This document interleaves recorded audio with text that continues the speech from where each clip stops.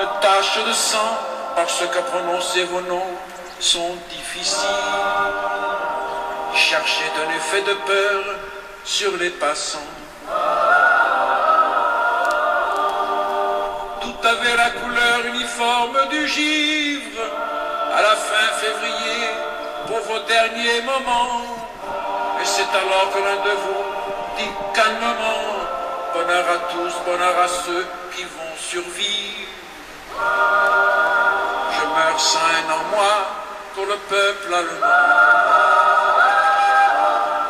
Adieu la peine et le plaisir, adieu les roses, adieu la vie, adieu la lumière et le vent. Marie-toi, sois heureuse et pense à moi souvent, toi qui vas demeurer dans la beauté des choses. Quand tout sera fini plus tard, année rivant. Un grand soleil d'hiver éclaire la colline, que la nature est belle et que le cœur me fend. La justice viendra sur nos pas triomphants, ma Mélinée, oh mon amour, mon orpheline. Et je te dis de vivre et d'avoir un enfant.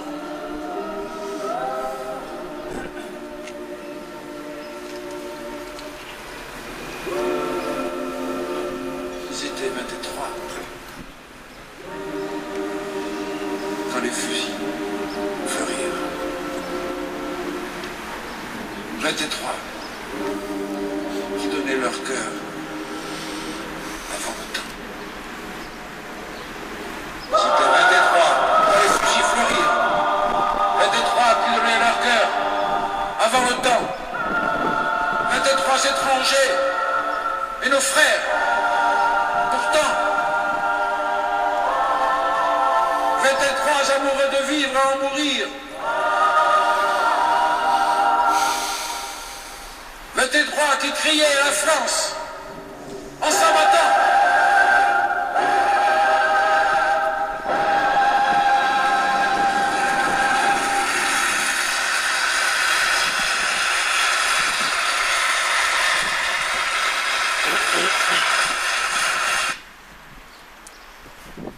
La parole est maintenant à Monsieur Jacques Varin, secrétaire général de l'ANAC, qui va évoquer la participation des démocrates, patriotes et antifascistes polonais en France au combat commun contre le fascisme.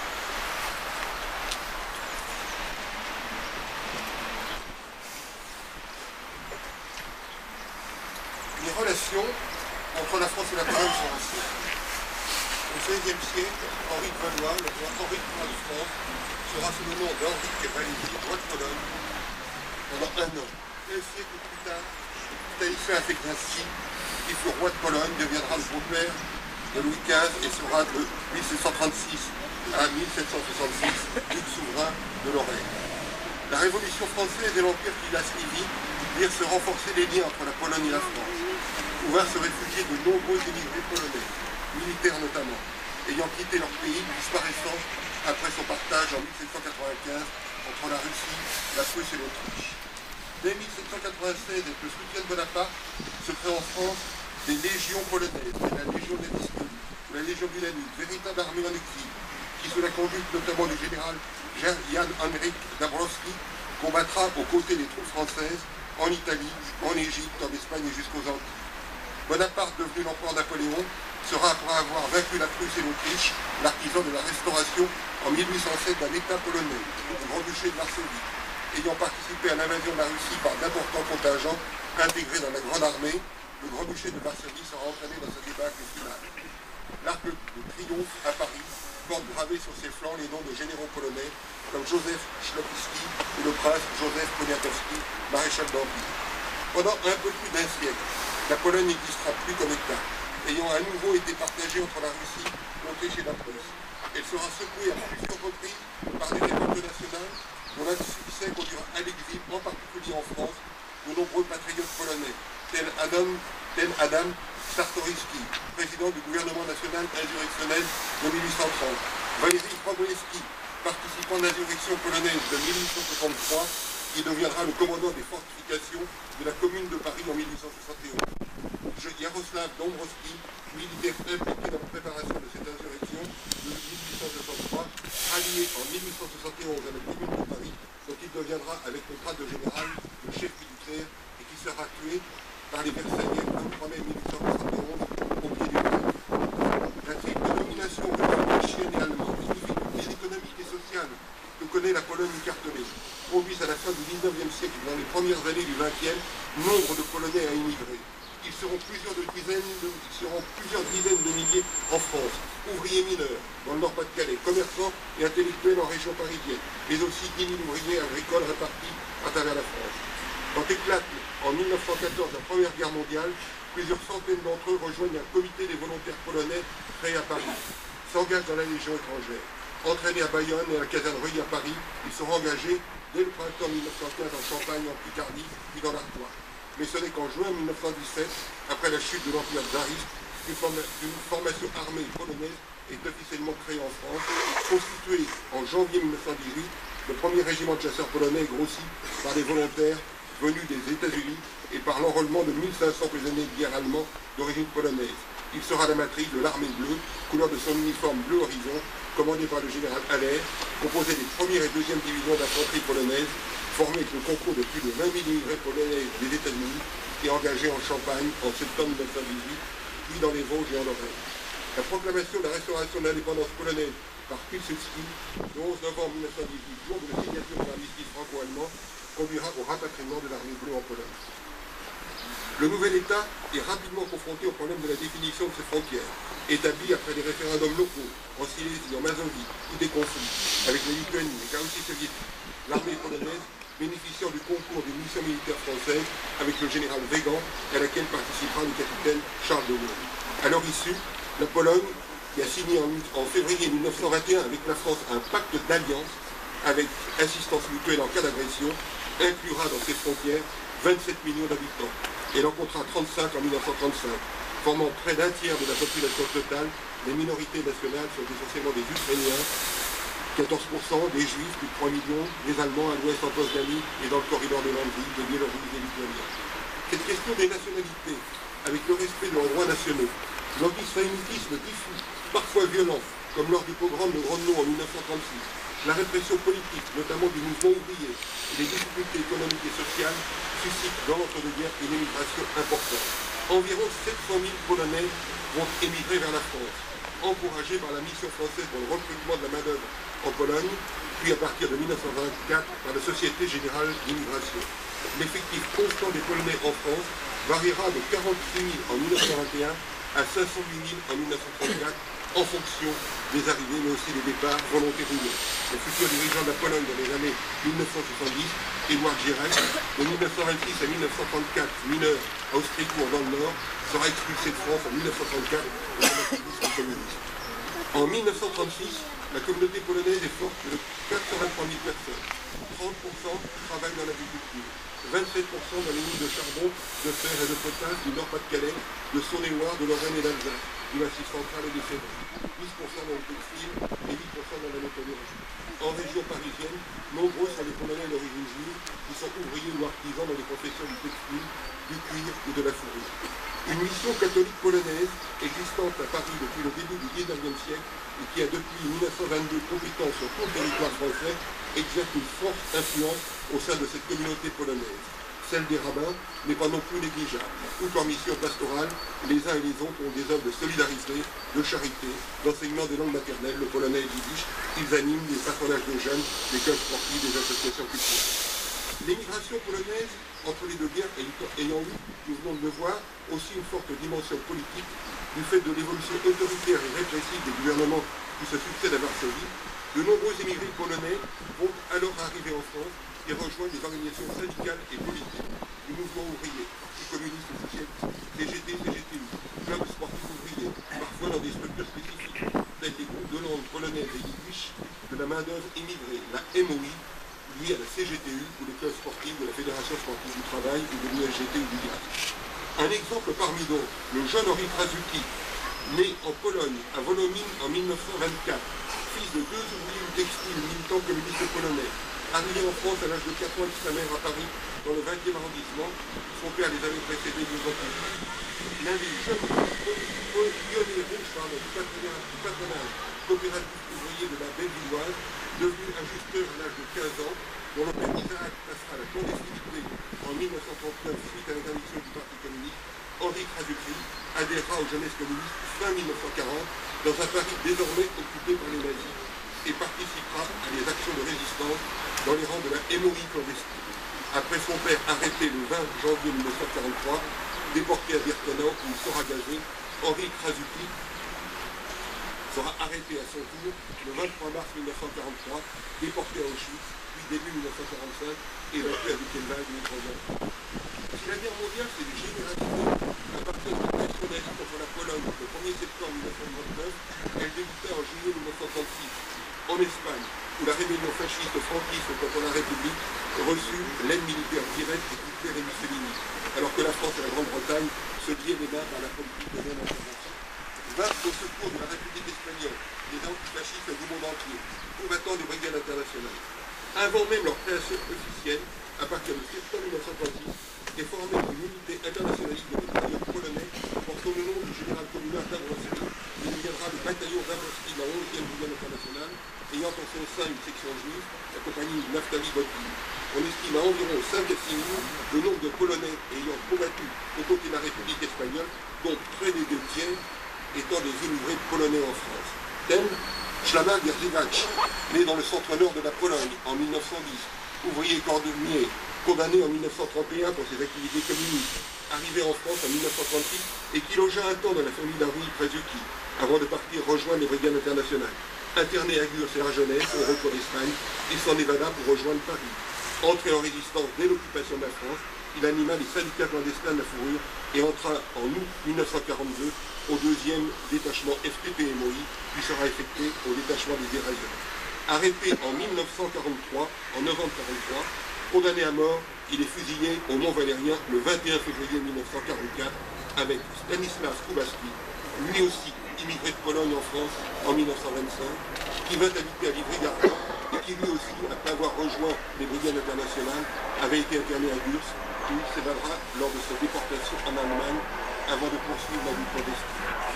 Arrêté en décembre 1942, il sera joint au procès du groupe Manouchian-Boksov et fusillé le 21 février 1945. Geler pour la liberté de la Pologne et de la France seront ses derniers mots. Ou encore Joseph Epstein, qui, alors responsable des FDP de la région parisienne, sera arrêté le 16 novembre 1943 à Ivry-Pottibourg, en même temps que Misak Manouchian. Il était né en 1911 à Zamość, en Pologne. Exilé en France en 1931, il aurait été lui aussi un combattant des brigades internationales, un interné de Gurs. Devenu le colonel Gilles, commandant des FTP de la région parisienne, il sera fusillé au Mont-Valérien le 28 février 1944. Le 11 avril 1944. Héros du groupe Manouchian-Boksov, né en Pologne en 1918, ayant gagné à 16 ans la Palestine, Jonas Geduldig rejoint les brigades internationales où il sera affecté à la batterie d'artillerie Anna Panker. Il connaîtra lui aussi en 1939 les camps de Gurs, Argelès, d'où il s'évadera. Résistant sous le nom de Michel Martigny, sa tombe est ici à côté. Il rejoint en avril 1942 le 2e détachement FTP-MOI. Il sera arrêté le 17 novembre 1943 lors du procès de la Fiche Rouge. Le 1er septembre 1939, l'Allemagne nazie attaque la Pologne. Conformément au pacte franco-polonais de 1921, la France déclare la guerre à l'Allemagne le 3 septembre. Et le 9 septembre, un accord franco-polonais va prévoir la formation d'une division polonaise en France, recrutant parmi les immigrés. En Pologne, l'offensive nazie prend Cracovie le 6 septembre. Varsovie tombe le 27 septembre. Le gouvernement polonais part en exil, une partie de l'armée polonaise se réfugie en Roumanie. C'est en France que s'établit à Paris, puis en novembre 1939 à Angers, le gouvernement polonais en exil. C'est en France que se reconstitue l'armée polonaise, une division de grenadiers, une division de chasseurs à pied, 2 divisions d'infanterie, des bataillons de chars, un groupe de chasse aériens, fort en juin 1940 de 85 000 hommes. Des Polonais auront été aussi intégrés directement dans l'armée française, notamment la Légion étrangère, tel Joseph Epstein. L'armée polonaise en France participera à toutes les campagnes de l'armée française, expédition de Narvik, bataille de France, luttant en Lorraine, en Champagne, défendant Belfort. Après la défaite de la France, 16 000 soldats polonais furent faits prisonniers. 13 000 autres réussirent à gagner la Suisse où ils furent internés. Une trentaine de milliers réussira par le port de Libourne à se faire évacuer en Grande-Bretagne, où se réfugia aussi le gouvernement polonais en exil, dirigé par le général Sikorski. Près de 20 000 resteront en France, souvent réquisitionnés dans les groupements de travailleurs étrangers. Avec la population polonaise immigrée, ils seront invités où recrutera la résistance. Il y aura à la fois des Polonais dans la résistance française, tels ceux regroupés dans la MOI, et une résistance polonaise en France, formée de mouvements et réseaux se rattachant au gouvernement polonais de Londres. Les plus importants de ces derniers vont être le réseau F2, émanant du 2e bureau de l'armée polonaise, créé en juillet 1940 à Toulouse, où existe un centre de démobilisation de militaires polonais ayant servi dans l'armée polonaise en France et qui se spécialisera dans la recherche de renseignements militaires jusqu'en Belgique et au Luxembourg. F2, malgré les arrestations, ne peut pas cloisonner en plusieurs sous-réseaux, regroupant en 1944 plus de 2500 agents permanents ou occasionnels, polonais mais aussi français. Le principal mouvement polonais, se rattachant lui aussi au gouvernement de Londres, sera l'organisation polonaise de combat pour l'indépendance. Polska Organizacja Walki o Niepodległość, PON, la PON, comme on disait, créée l'été 41 à l'initiative d'un envoyé de Londres, Czesław Wittner, et à la tête de laquelle est placé Alexandre Kawalkowski, ancien consul de Pologne à Lille.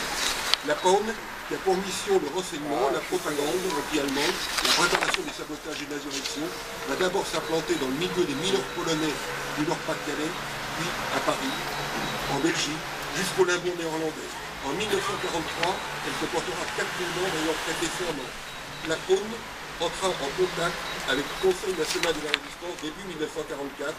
Parachuté en France le 22 juillet 1943, le colonel Daniel Zdrojewski signera le 28 mai 1944 avec Jacques Chaban-Delmas un accord plaçant les unités polonaises dépendantes de la PON, 5000 membres en 1944, sous le commandement tactique des SSI. Ainsi, la PON participera à des combats dans le Jura, la Côte d'Or, en Saône-et-Loire. En juillet 1944, les élèves du lycée polonais de Villard-de-Lans, un lycée parisien qui a été replié à Villard-de-Lans, participeront au combat du Vercors. 11 d'entre eux et 2 de leurs professeurs seront tués. Il y aura d'autres structures de résistance polonaise, telles les organisations MUNI, Visigoth-Lorraine, Farmer, Loyola, souvent directement liées au SOE britannique. Des prêtres de la mission catholique polonaise participèrent aussi à la résistance. Certains seront déportés par les Allemands, tel le père Franciszek Cegielka, recteur depuis 1937, où il ne fut à la chasse. L'autre grand courant de la résistance des Polonais en France se rattache au mouvement ouvrier français, à la MOI, au FTP MOI. Louis Gronowski, dit Bruno, fut membre du triangle de direction de la MOI de 1940 à la Libération. Le martyr des brigadistes Szlama Gazina, Stanislas Deludy et Stanislas Kubacki, que nous avons évoqué, fut aussi celui d'autres Polonais combattants de FTP MOI au sein du groupe La Michel Martin. Maurice Wittgenstein, né à Varsovie en 1923, arrivé en France avec ses parents en 1926, avait rejoint les FTP MOI en 1942 après la rafle du Veldiv qui emporta Saint-Ferny vers les camps de la mort. Un sort connu aussi celle de Léon Goldberg, né en 1924 à Londres, entré au FTP MOI fin 42, arrêté le 25 novembre 1943. Marcel Reimann, né en 1923 à Varsovie, arrivé en France à l'âge de 8 ans, après avoir en 1940 participé à la réorganisation de la jeunesse communiste et clandestine, entra en décembre 1942 au 2e détachement des FTP. Il participera le 28 décembre 1943 à l'exécution du négrier nazi Julius Ritter. Willy Shapiro, né en 1910 en Pologne méridionale et qui, après être passé par la Palestine puis l'Autriche, il quitta en 1938 après l'Anschluss, vint en France. L'occupation venue, il devint en 1943 secrétaire de la section juive de la CGT clandestine avant de s'engager dans les FTP MOI.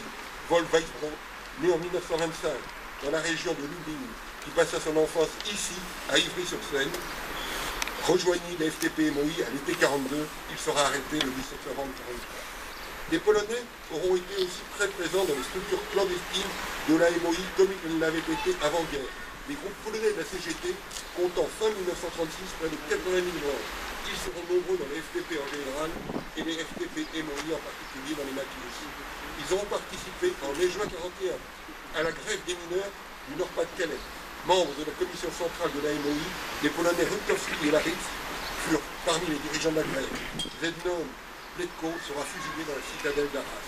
Dans le sud-ouest, se forma fin 1942 la 35e brigade des FTP MOI, commandée par Marcel Langer, né en 1903 en Pologne, ancien des brigades internationales, qui, arrêté le 5 février 1943, condamné à mort le 21 mars par un tribunal pétainiste, sera guillotiné le 23 juillet 1943.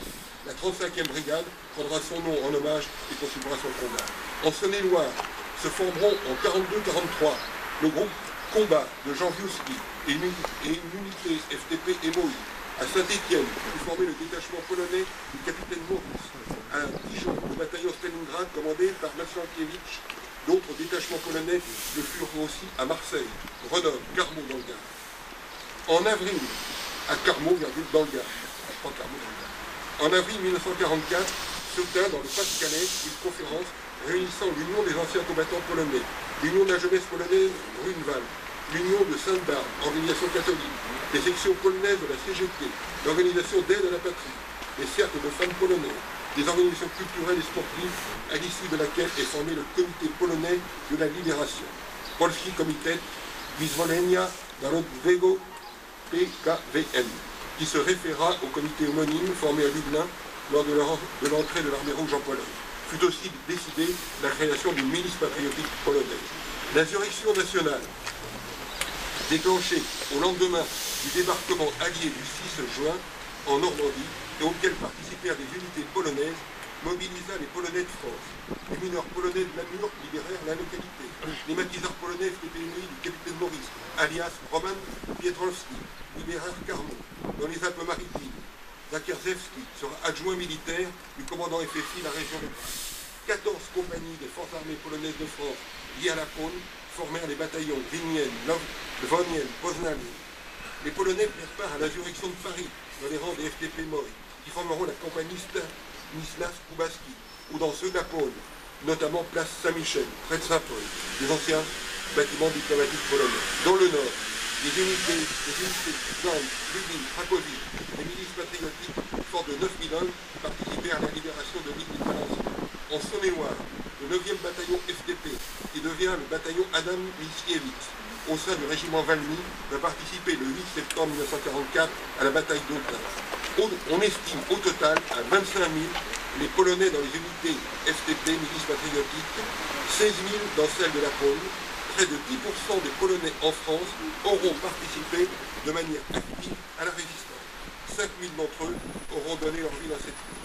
À la libération, les anciens combattants de la résistance polonaise ont formé les diverses unités militaires, se réclamant les unes, 27 bataillons et 20 compagnies issus de la Pôle du gouvernement polonais de Londres, les autres issus des FTP, se référant aux autorités polonaises mises en place sur le sol national libéré par l'armée rouge et qu'on appellera le comité de Lublin.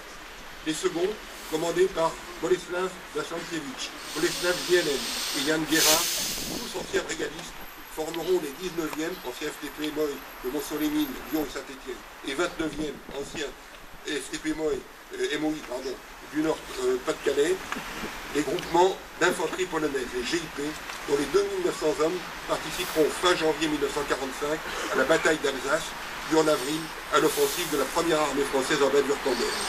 À la mi-novembre 1945, le gouvernement provisoire de la République polonaise ayant reconnu le gouvernement de Varsovie au lieu et place de celui de Londres, les 19e et 29e GIP gagneront la Pologne, où ils seront reçus avec tous les honneurs.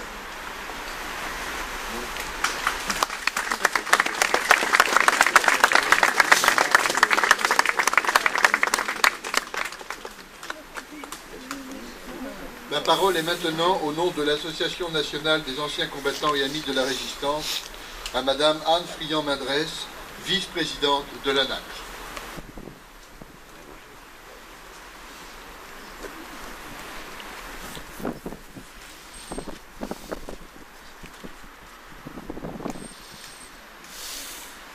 Mesdames et messieurs, chers amis, je m'étais engagé dans l'armée de libération en soldat volontaire et je meurs à 2 doigts de la victoire et du but. Bonheur à ceux qui vont nous survivre et goûter la douceur de la paix et de la liberté de demain. Je suis sûre que le peuple français et tous les combattants de la liberté sauront honorer notre mémoire dignement. Cette dernière lettre à sa femme Mélinée, du poète Missak Manouchian, est un message de confiance dans une victoire prochaine, de certitude dans un avenir meilleur, un message d'amour pour son prochain, d'amour pour Mélinée bien sûr, un message qu'il lègue aux générations à venir, quelques heures avant d'être fusillé avec 21 de ses camarades au Mont-Valérien. La douceur de la liberté et de la paix de demain. Oui, nous sommes en paix et nous sommes libres. Cette année 2016 qui débute est aussi celle du 71e anniversaire de la paix retrouvée en Europe par la victoire finale contre la tyrannie et la barbarie lors de la capitulation du nazisme hitlérien les 7 et 8 mai 1945. Cette libération, cette victoire, Olga Bancic, Missak Manouchian, Joseph Bokchov, Spartaco Fontano, Thomas Selleck, Celestino Alfonso, Stanislas Kubaski, Georges Cloarec, que je salue ici, puisque vous le savez peut-être pas, mais je viens de Bretagne, et leurs 15 autres compagnons de lutte et de martyrs ne connurent ni l'une ni l'autre. Mais cette libération, cette victoire, ils en furent les artisans obstinés, généreux, par leur courage, leur combat, leur sacrifice. Et nous leur en sommes à jamais reconnaissants. Il y a 72 ans, le 21 février 1944, au Mont-Valérien, 22 combattants de la résistance française de nationalités différentes, symboles de cette union contre le fascisme, au-delà de leurs origines nationales, tombaient sous les balles des nazis.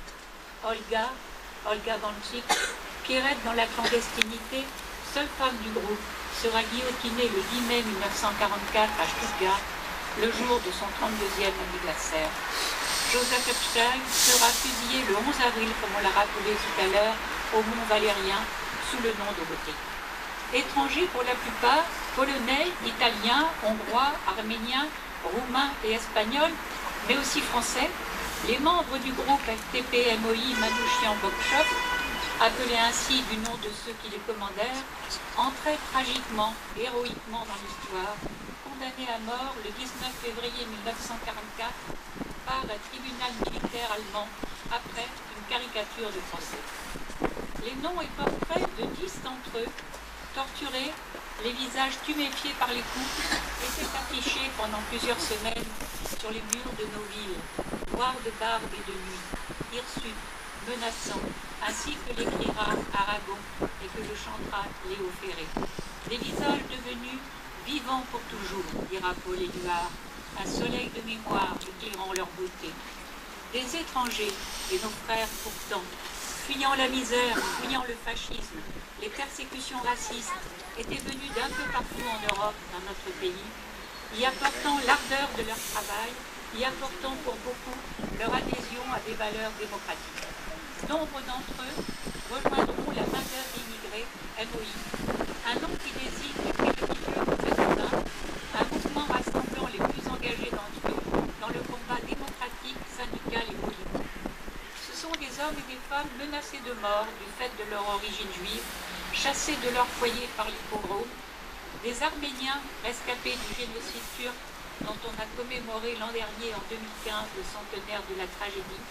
Ce sont des antifascistes venus de Pologne, de Hongrie, de Bulgarie, de Yougoslavie, de Grèce, de Roumanie, des Italiens, des Allemands, des Autrichiens et des Espagnols, victimes des régimes de Mussolini, Hitler et Franco. Nombre d'entre eux sont communistes, tous ne le sont pas, et tous sont unis par un idéal commun. L'amour de la liberté et de la justice, l'amour de la dignité humaine.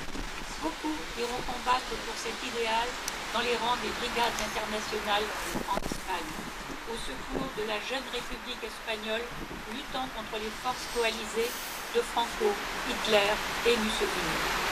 Dès la fin de l'été 40, regroupés dans la MOI réorganisés clandestinement, bientôt dotés de groupes de combat qui seront partie constitutive des FTP, ces immigrés vont mener aux côtés des résistants français une lutte incessante pour hâter l'heure de la libération de leur patrie d'adoption, pour abattre le fascisme.